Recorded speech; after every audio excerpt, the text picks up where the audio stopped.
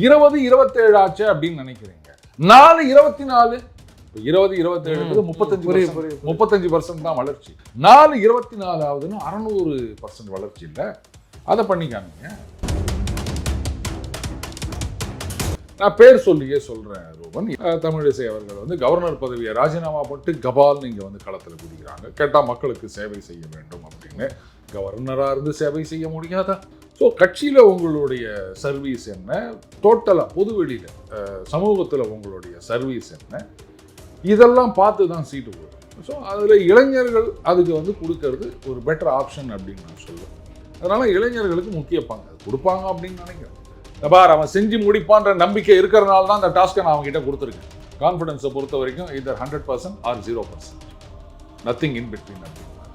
பாஜக அவருடைய ஆதரவாளர்கள் நாங்கள் சொல்கிறவங்க தேசம் முக்கியம்னு சொல்றீங்க. அப்ப நேஷன் ஃபர்ஸ்ட் அப்படின்னு சொன்னா அப்ப அவர் ஏதோ கால்குலேஷன்ல ரைட் இப்படி இருக்கட்டும் முடிவு எடுத்திருக்காங்க. அதை தானே பார்க்கணும்.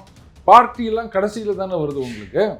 ஆனா நீங்க பார்ட்டி ஃபர்ஸ்ட்னு இல்லை இது பண்ணி நிற்கிறீங்க. அதோட முக்கியம் பர்சன் ஃபர்ஸ்ட்னு பண்றது அது தப்பு இல்லையா? இந்த மாதிரி சொல்றவங்கலாம் நாங்க அண்ணாமலை ஆதரவாளர்கள், அண்ணாமலை இருந்திருந்தா 50 வாங்கியிருப்பா 70 வாங்கியிருப்பா இப்படிலாம் சொல்லும் போது நீங்க வந்து வேற தொகுதிக்கெல்லாம் கூட போவாங்க. பாஜக போட்டியிடுகின்ற 27 தொகுதிகளில் இந்த சோகால்டு ஆதரவாளர்கள் கபால்னு போய் குதிங்க. அங்கே போயிட்டு பம்பரமாக வேலை செய்யுங்க. இல்லைங்க என்னால் அங்கெல்லாம் போக முடியாதுன்னா அட்லீஸ்ட் சோஷியல் மீடியாலையாவது அந்த கேண்டிடேட்டுக்கு வேலை செய்யுங்க. எப்போ அது யாரும் செய்யலையா என்ன? இனிமே தானே செய்யணும். ஆனால் அதை விட்டுட்டு நான் வந்து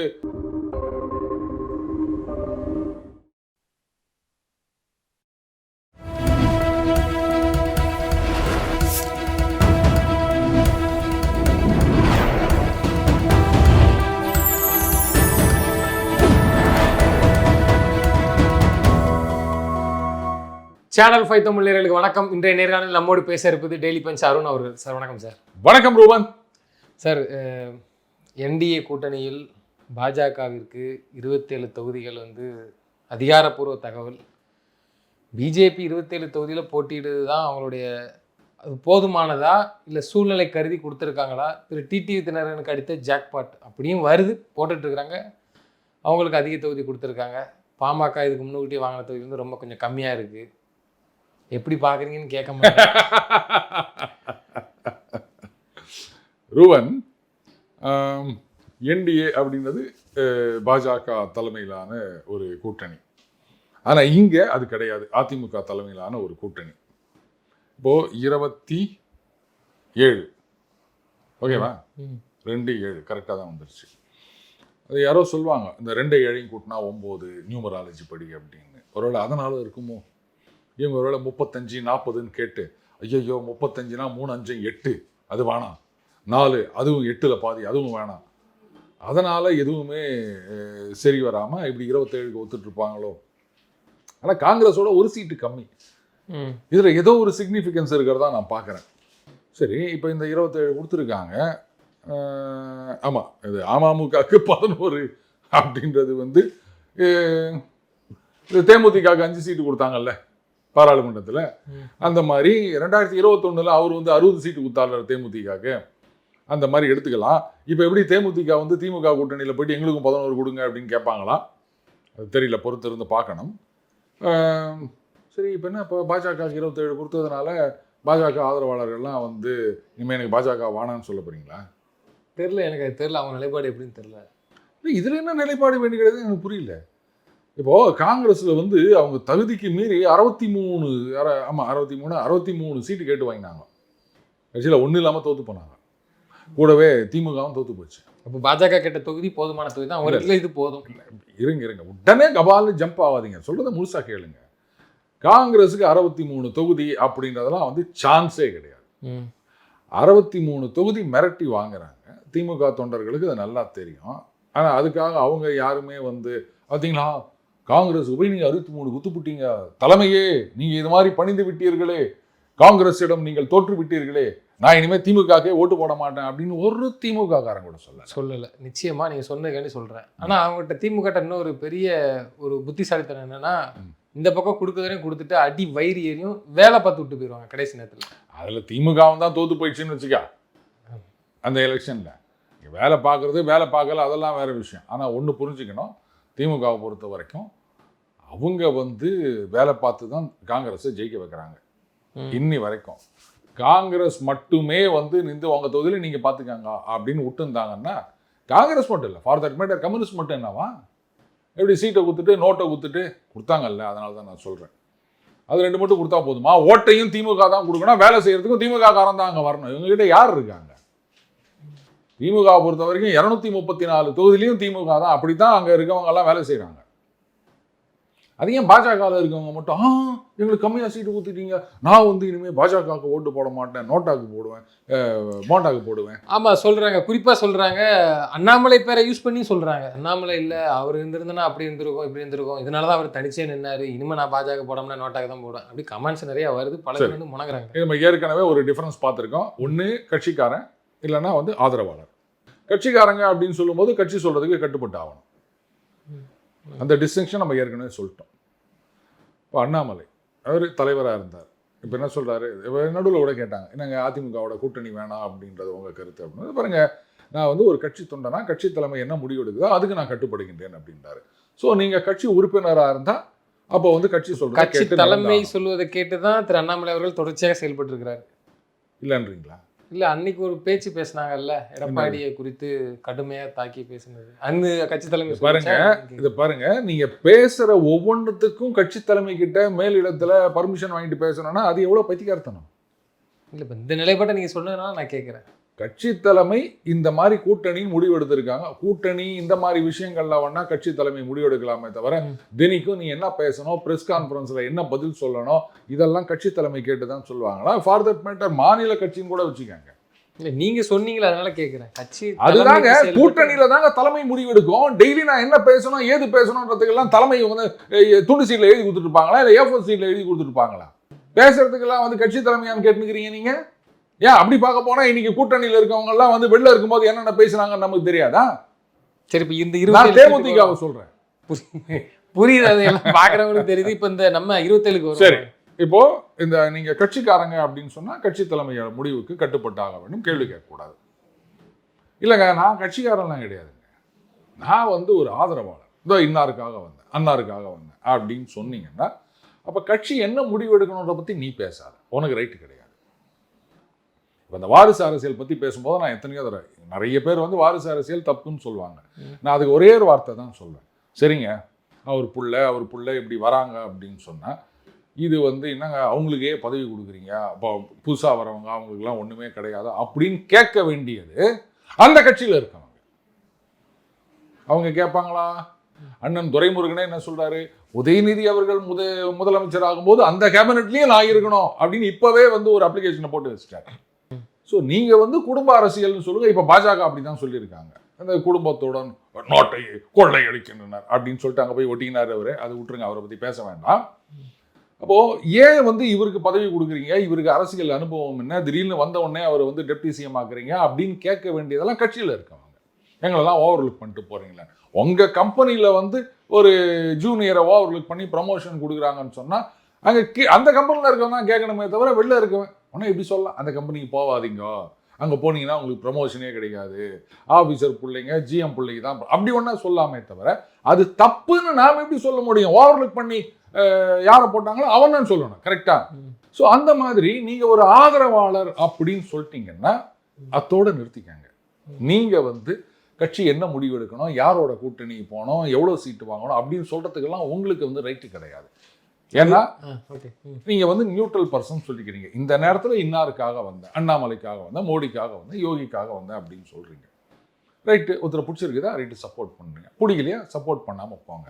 ஆனால் இங்கே உக்காந்தீங்கன்னு நீ இவ்வளோ சீட்டு வாங்கணும், இல்லைன்னா நான் வரமாட்டேன் அப்படின்னா கட்சி என்ன முடிவெடுக்கணும்னு டிசைட் அப்படி ரூபன், கட்சி என்ன முடிவெடுக்கணும்னு டிசைட் பண்ணுறதுக்கு நீங்கள் ஆள் கிடையாது. இல்லை, அப்படி கேட்டது கட்சிக்குள்ளேருந்து யாரும் கேட்ட மாதிரி தெரியலையே, ஆதரவாளர் தானே முடங்கிக்கிறாங்க. அதை தான் நான் சொல்கிறேன், நீங்கள் ஆதரவாளர் அப்படின்னா அப்படியே போயிருங்க.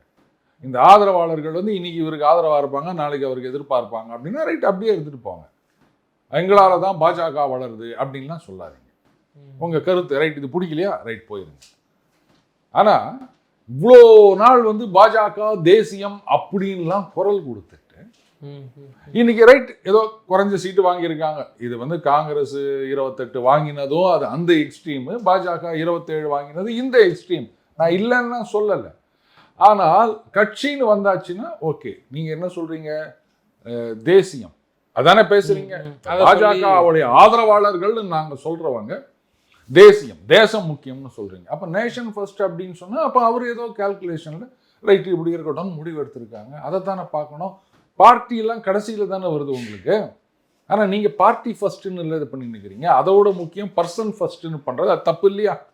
அப்ப என்ன ஆகுது, இந்த மாதிரி சொல்றவங்கலாம் நாங்க அண்ணாமலை ஆதரவாளர்கள், அண்ணாமலை இருந்திருந்தா 50 வாங்கியிருப்பா 70 வாங்கியிருப்பா இப்படிலாம் சொல்லும் போது, அப்போ இதெல்லாம் இப்போ நீங்க கேட்டீங்க பாருங்க ஒரு கேள்வி, அண்ணாமலை வந்து எடப்பாடியை பத்தி பேசினதெல்லாம் மேலிடத்தோட பர்மிஷனோட தான் பேசினாங்களான்னு ஒரு கேள்வி கேட்டீங்க. அதுல லாஜிக் இல்லை. அதே மாதிரி தான் நீங்கள்லாம் என்ன நினைப்பாங்க பார்த்தீங்களா, அண்ணாமலை சொல்லி தான் அந்த வார் ரூம் இந்த மாதிரிலாம் வந்து பண்ணிட்டு இருக்காங்க அப்படின்னு அண்ணாமலையை தான் தப்பா நினைப்பாங்க. மேலிடம் சொல்லி அண்ணாமலை பேசல, அண்ணாமலை சொல்லி அவருடைய ஆதரவாளர்கள் பேசல.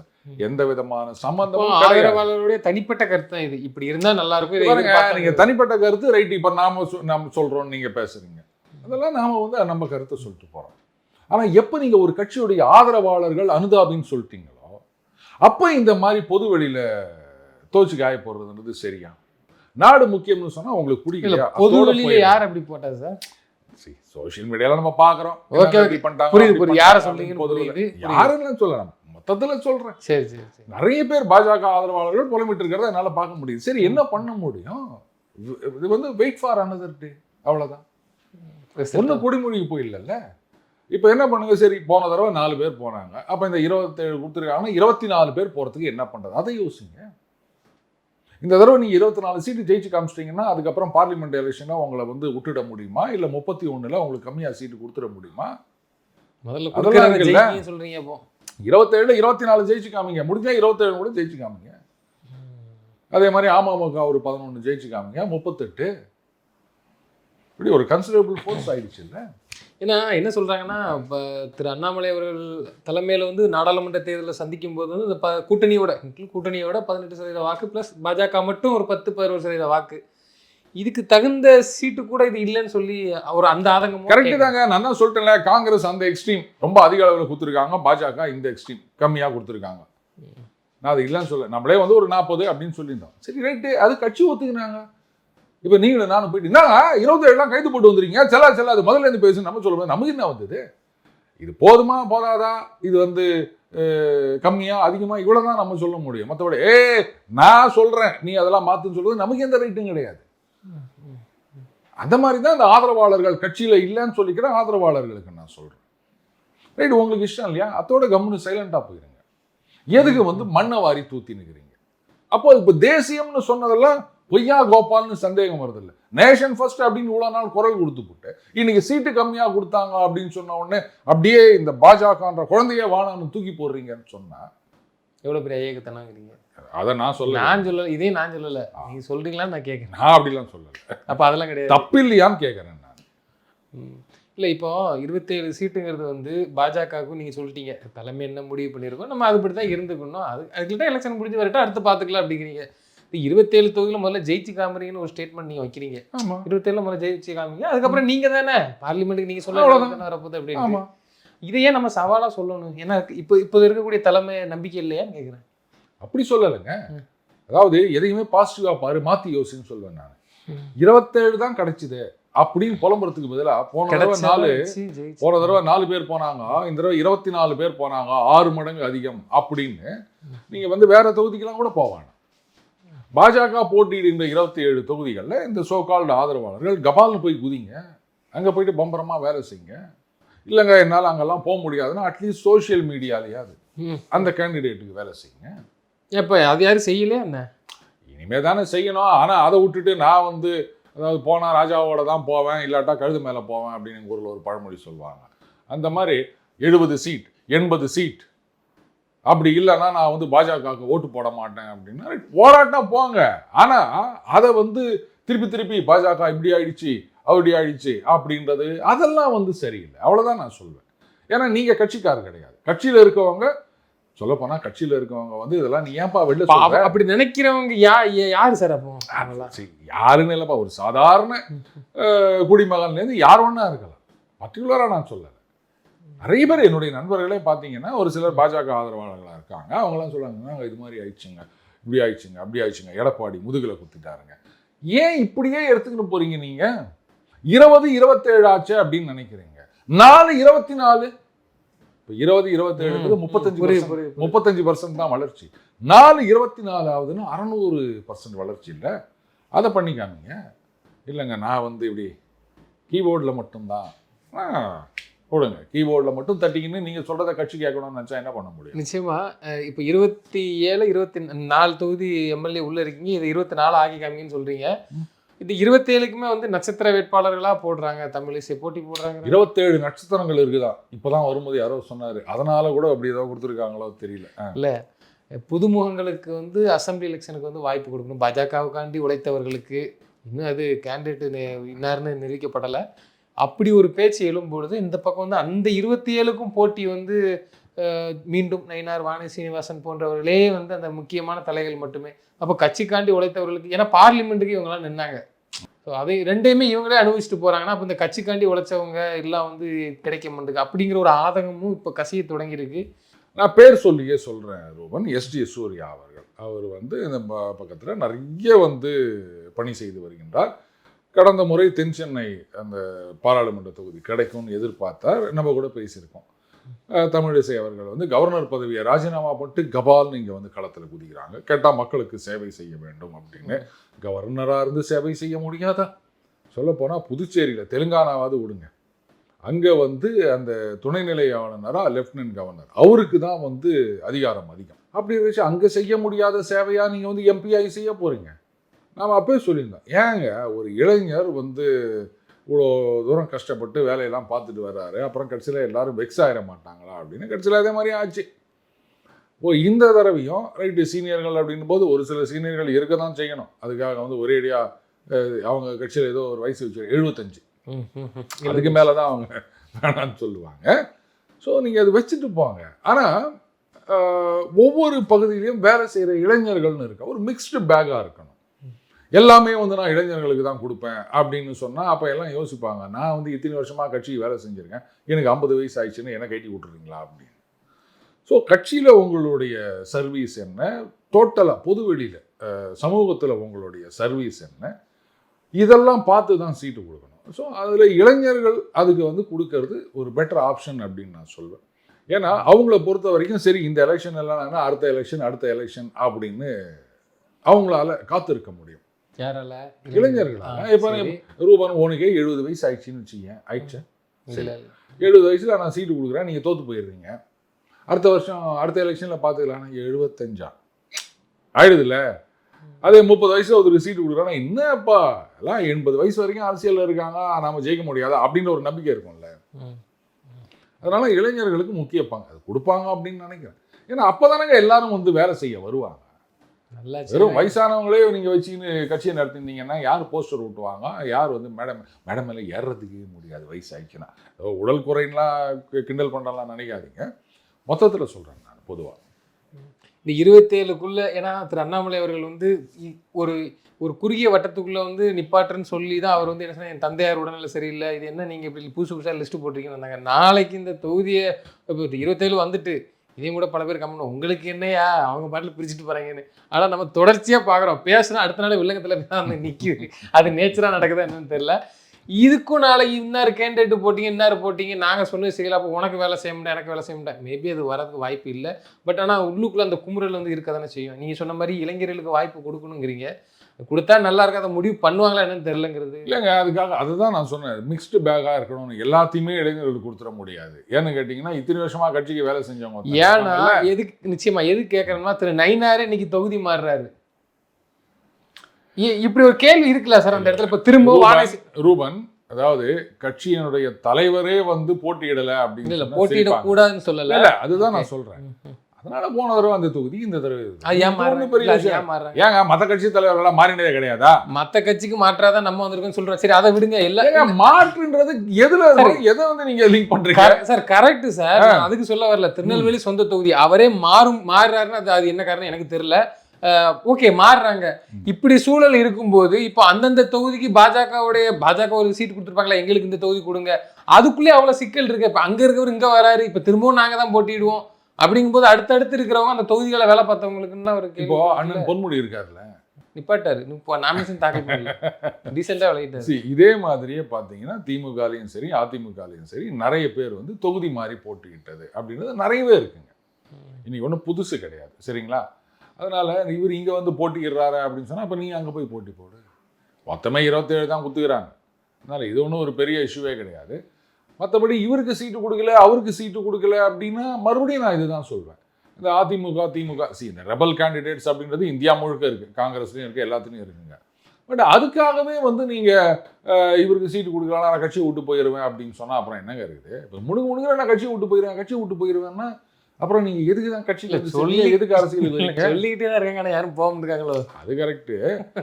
அப்போ அப்படிதான் சொல்லுவாங்க. ஒருத்தர் கூட சொல்லுவாங்க எனக்கு எதுவுமே பொறுப்பு கொடுக்கல, நான் எப்படி வேலை செய்யறது அப்படின்னு. பொறுப்பு கொடுத்தா கட்சியை கலைச்சிட்டு உள்ள வந்தாரு. இப்போ அவரை தான் சொல்றேன். ஏன்னா எதுக்கு நம்ம அதை கேட்கக்கூடிய, நீங்க சொல்றது கரெக்ட் தான். அது இந்த தொழில்னா அந்த தொழில் நின்று போறாங்க, அது அவங்க பாடு. இல்ல கன்னியாகுமரியில் எடுத்துக்கிட்டீங்கன்னா இந்த கட்சியை நம்பி காங்கிரஸ் பதவி எம்எல்ஏ ராஜினாமா பண்ணிட்டு வந்தாங்க. பாஜகக்குள்ள இப்போ அந்த பேச்சு முணுமுணுக்க ஆரம்பிச்சிருச்சு. நான் பதவிக்கு தான் வந்தேன் எப்படின்னா என்ன நீங்க தரல, இந்த ப்ரெஷரை வந்து இப்போ கொடுக்குறாங்க தேர்தல் நேரத்தில். மேபி இது சீட்டுக்கு கூட இருக்கலாம், நான் ஒரு சீட்டை கேட்டேன் தரலங்கிறதுனால இந்த லாபி எப்படி மாற்றி போடுறாங்க சந்தர்ப்ப சூழ்நிலை. இல்லை அது கரெக்டு. விஜயதாரணி அவர்கள் எம்எல்ஏவாக இருந்தவர், அவர் வந்து இந்த கட்சிக்கு வராங்க. அப்படி இருக்கச்ச சாதாரண ஒரு கட்சி தொண்டர் கட்சி மாதிரி வர்றதுக்கும் ஒரு அமைச்சரோ இல்லை ஒரு மற்ற எம்பி எம்எல்ஏ வர்றதுக்கும் ஒரு வித்தியாசம் இருக்குது. ஸோ இங்கே வராங்கன்னா அந்த தொகுதியில் ஆறு வேறு தொகுதியில் அவங்களுக்கு அந்த சீட்டு கொடுக்கணுன்றதை எதிர்பார்ப்பாங்க. அப்போது இந்த தடவை நிச்சயமாக விஜயதாரணி அவர்கள் ஒரு சீட்டு வேணும் அப்படின்னு எதிர்பார்ப்பாங்க. அதை கொடுக்கல அப்படின்னா இதுக்கு நான் அங்கேயே இருந்துட்டு போகிறேன்னே பாருங்க, உங்கள் கொள்கை எனக்கு ரொம்ப பிடிச்சிச்சு, அதனால் இந்த கொள்கை நல்லா இல்லைன்னு வந்தேன், இதெல்லாம் யாரும் சொல்ல மாட்டாங்க. என்ன கொள்கை என்ன இருக்குது வச்சுக்கோங்க. ஸோ ஏதோ ரீசன் அங்கேருந்து இங்கே வந்திருக்காங்க. ஆனால் பாஜகவில் இது ஒரு கெட்ட பழக்கம் இருக்குது. எல்லாம் வந்தாங்கன்னா இங்கே வச்சு ஊறுகாய் போட்டுட்டு இருப்பாங்க. டாம் வடக்கன் ஒருத்தர் வந்தார், அவர் காங்கிரஸில் இருந்த வரைக்கும் எல்லா டிவிலையும் காங்கிரஸ் சார்பில் ஒரு ஸ்போக்ஸ் பர்சனாக வருவாருங்க. பிஜேபியில் வந்து சேர்ந்தார், அதுக்கப்புறம் ஆளையே காணும். பிஜேபிலேயே நிறைய பேர் சம்பித் பத்ரா எங்கே போனாருன்னு தெரியல. அதனால தான் இப்படி ஒரு செயல் நடக்கிறதுனால தான் பாஜக தமிழ்நாட்டில் வளராமல் இருக்கா. அப்போ எல்லா இடத்துலையும் இந்த மாதிரி பிரச்சனை இருக்குல்ல? இல்லை அங்கெல்லாம் இல்லை எல்லா இடத்துலையும் இருக்கு. அங்கெல்லாம் வளராமல் இருக்கணுமே, இங்கே மட்டும் ஏன் வளரணும்? வேற ஏதோ பிரச்சனை. நீங்கள் அதை இல்லை அதெல்லாம் இல்லை எல்லா இடத்துல இருக்குன்னா போட்டி வந்து ரெண்டு பேர் தான், ஒன்று காங்கிரஸ் இல்லை பிஜேபி, அங்கே வலுவாக இருக்கும், மாறி மாறி இவங்க தான் வந்துட்டு இருக்காங்க. அது வருது வேற. இங்கே திராவிட கட்சிகள் மத்தியில் தேசிய கட்சி போட்டி போடுறதுன்னா பிஜேபி வெர்சஸ் காங்கிரஸ் போது பிஜேபி பிரச்சனையே இல்லை. மாநில கட்சிகள் இருக்கும்போது தான் திண்டாடி திணறாங்க, புரியுதுங்களா? கர்நாடகா அது ஒரு எக்ஸப்ஷன். ஏங்க நடுவில் வந்து அந்த ஜனதாதள்னு ஒரு கட்சி வந்து ஒரு மூணாவதாக வந்து குட்டையை குழப்பிருந்தாங்க. இனிமே அது சரியாயிரும் அப்படின்னு நினைக்கிறேன். ஒரிசாவில் எவ்வளோ வருஷம் ஆச்சு, மகாராஷ்டிராவில் எவ்வளோ வருஷம் ஆச்சு, அதே மத்திய பிரதேசத்தில் தட்டி தூக்கிட்டாங்க. இன்னி வரைக்கும் அவங்களால திரும்பி வர முடியல. நடுவில் வந்தாங்க, அதையும் வந்து ஒன்றும் இல்லாமல் கவுத்து விட்டாங்க. குஜராத்தில் நினச்சி கூட பார்க்க முடியாது இனிமேல் காங்கிரஸால் அங்கே ஆட்சிக்கு வருவோன்னு. ஸோ காங்கிரஸ் இருந்ததுன்னா பிரச்சனை இல்லை. மாநில கட்சிகள், ஏன்னா மாநில கட்சிகளுடைய அந்த செயல் அப்படின்றது டிஃப்ரெண்டாக இருக்குது ரூபன். அவங்க எல்லாத்துக்கும் வந்து மேலிடத்தை கேட்டுக்கின்னு மேலிடம் வந்து திடீர்னு ஒரு முடிவு எடுக்கிறது அப்படின்றது கிடையாது பாருங்க. இவங்க தான் மேலிடமே. அட்லீஸ்ட் காங்கிரஸ் ஏன் இப்படி ஆயிருக்குன்றதை பார்த்தாது அவங்க கற்றுக்கணும். தன்னிச்சையில் முடிவு எடுக்க சொல்றீங்க. மாநில தலைமைன்னு ஒருத்தர்கிட்ட கொடுத்துட்டீங்கன்னா, அதாவது ஒரு மிகப்பெரிய இராணுவ ஜெனரல் ஒருத்தர் இருந்தார், அவர் சொல்வார், அவருடைய அந்த லெஃப்டினன்ட் அவர் கீழே இருக்கார் இல்லையா, அவர்கிட்ட வந்து நான் ஒரு டாஸ்கை கொடுத்துட்டேன்னா நிம்மதியாக போய் தூங்கிடுவேன். எல்லாம் கேட்பாங்க, என்னங்க இவ்வளோ பெரிய விஷயம், இன்னைக்கு இதை போயிட்டு பிடிச்சே ஆகணும் அப்படின்னு கொடுத்து நீங்கள் பாட்டுக்கு நிம்மதியாக போய் தூங்குறீங்க. அவன் செஞ்சு முடிப்பான். இல்லைங்க என்னதான் இருந்தாலும் தபார் அவன் செஞ்சு முடிப்பான்ற நம்பிக்கை இருக்கிறதுனால தான் அந்த டாஸ்க்கை நான் அவங்ககிட்ட கொடுத்துருக்கேன். கொடுத்துட்டு ஐயோ அவன் ஒழுங்காக செஞ்சானா என்ன பண்ணானா அப்படின்னு நான் பின்னாடியே பார்த்துட்டு இருக்கணும் அப்படின்னா நான் அதை கொடுக்கவே மாட்டேன். கான்ஃபிடன்ஸை பொறுத்த வரைக்கும் either 100% or 0%, nothing in between அப்படின்பாங்க. அந்த மாதிரி மாநிலத்தில் தலைமைன்னு நீங்கள் ஒருத்தர் தேர்ந்தெடுத்தீங்கன்னா ரைட், நீங்கள் கட்சியை நடத்துங்க அப்படின்னு நம்பிக்கையாக கொடுத்துங்க. அதை விட்டுட்டு இல்லை நீங்கள் எப்படி பண்ணுங்க அப்படி பண்ணுங்கன்னு யாராவது ஒருத்தர் பின்னாடி இருந்து குச்சி விட்டுக்கினே கொடுத்தீங்கன்னா அப்புறம் காங்கிரஸ் மாதிரி தான் ஆகும். இது வந்து பிஜேபி என்னைக்கு புரிஞ்சுக்க போகிறாங்கன்னு தெரியல. ஏன் மாநில கட்சிகளை அவங்களால அவ்வளோ சுலபமாக ஜெயிக்க முடிவதில்லைன்னா இதுதான் ரீசன். போதுமா? தன்னிச்சையாக அதிகாரமிக்க ஒரு ஆமாங்க. தலைவர் இல்லை. இன்னைக்கு காங்கிரஸ்ல வந்து தமிழக காங்கிரஸ் தலைவருக்கு என்ன மதிப்பு இருக்கு சொல்லுங்க. இவர் ஒன்று சொல்றாரு, பக்கத்துலேயே உட்காந்து சோடங்கர் இன்னொரு கருத்து சொல்றாரு. பார்க்குறவங்க என்ன நினைப்பாங்க? கடைசி செல்வ பிறந்த நினைச்சதானே நடந்திருக்கு. நீங்க நினைச்ச ராகுல் காந்தி நினைச்சது நடக்கல, அது பாத்தீங்களா நீங்க? அதைத்தான் சொல்ல. அப்புறம் அங்கேயே பிரச்சனை இருக்குது, அப்புறம் நீங்க இங்க கேக்குறீங்க. மொத்தத்துல பாஜக வந்து இந்த 27 தொகுதிங்கிறது வந்து ஒரு பெரிய டாஸ்கா இருக்குமா? ஏன்னா திமுக தான் அடுத்து வரப்போகுது. கணிப்புகள்லாம் தாறுமாறா போடுறாங்க. ஏன் என்னங்க, நீங்க கூட ஒரு 1 கோடி ரூபா ஊத்தீங்கன்னா உங்களுக்கு ஏற்ற மாதிரி ஒரு கருத்து கணிப்பு நான் பண்ணி கொடுக்குறேன். அதுக்காக மற்றவங்க காசு வாங்குறாங்களான்னு கேட்காதீங்க. கொடுத்தீங்கன்னா நான் பண்ணி கொடுப்பேன், அவ்வளோதான் நான் சொல்றேன். இல்லை, இது எந்த ஒரு விஷயமே வந்து பெருசாக பார்க்கப்படாத நிலையில் வந்து பாஜக கொடுத்த 27 தொகுதி தான் வந்து பேசு பொருளாக இருக்குது இப்போ. ஏன்னா 27 தொகுதி கொடுத்துட்டாங்க, எதிர்பார்த்த 48. நீங்கள் சொல்கிறது வந்து 27 மேலே 24 ஜெயிங்க அப்படிங்கிற மாதிரி சொல்கிறது தான் சொல்கிறீங்க. இப்போ இதை வந்து எப்படி ஹேண்டில் பண்ண போகிறாங்க? அதில் எந்த ஒரு இது கேள்வி. 27 கேண்டிடேட்டை போடுங்க, அதுக்கு வந்து சுகராக வேலை செய்யுங்க, ஜெயிக்கிற வழியை பாருங்க, அவ்வளோதான். வேற என்ன பண்ணணும் நீங்கள்? நிச்சயமாக சார், சுமூகமாக இந்த 27லும் பாஜக வெற்றி பெற எல்லாரும் சேர்ந்து அவங்க தான் வேலை செய்யணும், நம்ம வேலை செய்ய முடியாது. நம்ம நல்லா வேலை செய்யறோம். தொடர்ந்து தங்களது கருத்துக்களை பயந்தமைக்கு நன்றி சார். நன்றி ரூபன்.